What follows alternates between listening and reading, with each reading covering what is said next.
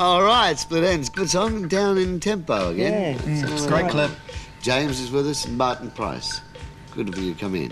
James, no sleep again, but you're looking well. As usual. I think the last time we saw you was just before the Bowie thing and you had no sleep that night, but basically we get off the sleep. I want to find out about the Bowie thing. How did you get that #1 and how did you find that? Was that the most exciting thing you'd done with the group?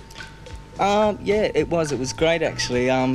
Mainly, I really enjoyed it from a learning point of view. You know, like sort of, I think, you know, he's a master of professionalism. Performance. And it was just great watching how the whole thing worked, you know, from that side of the fence, you know. Right. And I really felt I learnt more in that, you know, that month on the road with Bowie than I had in all the years, you know, I've been doing it. But how did it come about?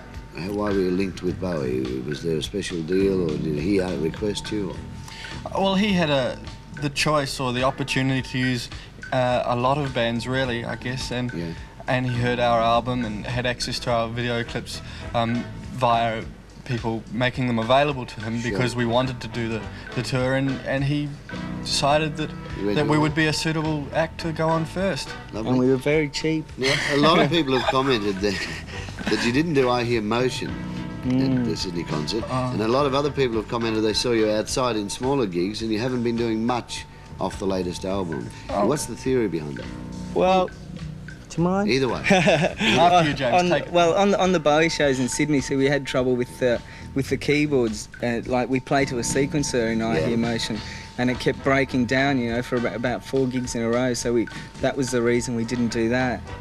And as for the album, playing that live, we've started playing more of it. It's just we sort of ran out of rehearsal time before we went on the road initially, and so we didn't have time to learn them all.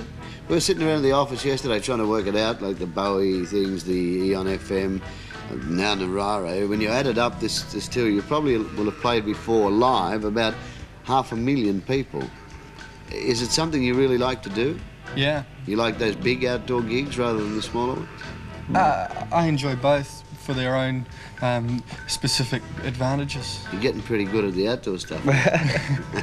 We're starting to feel a bit more comfortable with it. I still really love getting in a really hot, sweaty pub with all the audience all crammed in, you know, it's great. The Roots. Yeah. And the 3 brass players that you added, is that going to be something that happens in future? You'll just change and add people and well, we sort of used this particular brass section a couple of times now. They're the guys from Hunters and Collectors. Right. They're playing with us tonight, and so is Greg Pirano, the percussionist, you know, the guy that hits that big thing.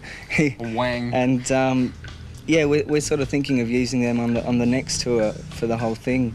It's really good. It's really exciting for us. Like we sort of, you know, we play the set and all of a sudden they come on and do the last 4 songs and it just adds so much. Yeah, it's really exciting. So I think we'll use them a lot more. Okay, not to keep you out of bed much longer, mate. Just ask you, when does the tour end? Tonight and tomorrow night are our last 2 shows for 3 months. Bet you're looking forward to a break. Yeah. Sure are. Good on you. Have a good day, and tomorrow night as well, eh?